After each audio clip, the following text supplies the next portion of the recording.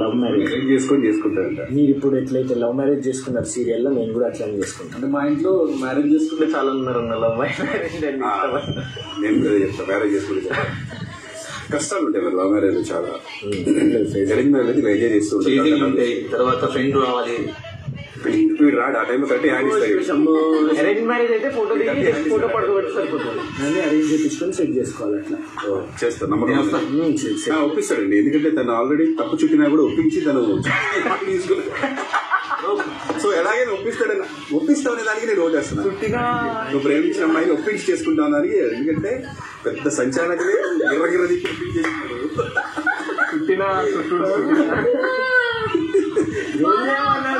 కాదు ఒకటే తేడా, ఇక్కడ చుట్టినా అన్నాడు, అక్కడ కట్టినా అంటారు. అంతే, ఫస్ట్ వెళ్ళి కట్టేసా అంతే. అక్కడ కట్టినా మాట్లాడలేదు, కట్టినా లేరా బాబు చేసుకోండి.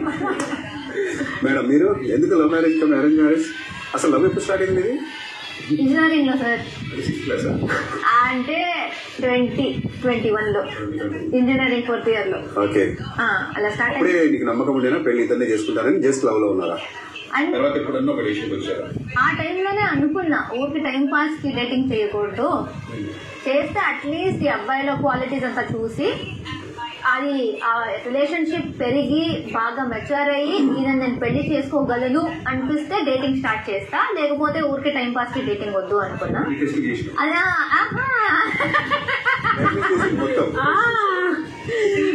అదే దెన్ నేను అనుకున్నాను కూడా, నీకు లైక్ ఇప్పుడు దాకా చూసిన ప్రేరణలో ఒక వైఫ్ క్వాలిటీస్ అనిపిస్తాయా, నాకు హస్బెండ్ క్వాలిటీస్ అనిపిస్తాయా అని అనుకుని ఓకే ఇది బాగా అయితే పెళ్లి చేసుకునే ఉద్దేశం ఉంది అన్నప్పుడే డేటింగ్ స్టార్ట్ చేశాను.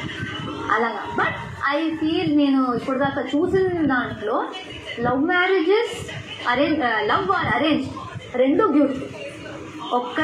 ఒకటి సక్సెస్ అవుతుంది, ఒకటి ఫెయిల్ అవుతుంది అని గట్టిగా ఏమి చెప్పలేము. ఎందుకంటే నేనే చాలా అరేంజ్ మ్యారేజే మరి లవ్ మ్యారేజ్ కన్నా ఎక్కువ లవ్గా చేంజ్ అయిపోయిన మ్యారేజెస్ చూసాను. సో అరేంజ్ అయితే కూడా చాలా బ్యూటిఫుల్ గా ఉంటుంది, లవ్ అయితే కూడా బ్యూటిఫుల్ గా ఉంటుంది. అరేంజ్ అయినా అండర్స్టాండింగ్ ఉంటే అరేంజ్ అయినా అందులో లవ్ ఉండాలి, లవ్ ఉండాలి, అండర్స్టాండింగ్ ఉండాలి, అందరూ కలిసి ఉండాలి. అంటే చాలా అరేంజ్మెంట్స్ మనం చేసిన దాని మీద ప్రేమ లేకపోతే దాని జోలికి వెళ్ళాం మనం. ఇక్కడ ఏదైనా వస్తువు అరేంజ్ చేసి పెట్టారనుకోండి, if you love that will take it, otherwise మనం తీసుకోం. చాలా షాప్స్కి వెళ్ళినా ఎక్కడ వెళ్ళినా. సో ఎందులో అయినా లవ్ ఉండాలి అంటారు. సో లవ్ అంటే ఒక్క పదంలో చెప్పాలంటే ఏం చెప్తారు? సో ప్రేమ అంటే ఒకటే పదం, నో దిస్ థింగ్. ఒక పదం అన్కండిషనల్, ఏదైనా ఏ కేటగిరీలో అన్కండిషనల్ గా support. Unconditional is the term. ఏదైనా అన్కండిషనల్ గా నచ్చినట్లయితే లైక్ చేయండి. Thank you.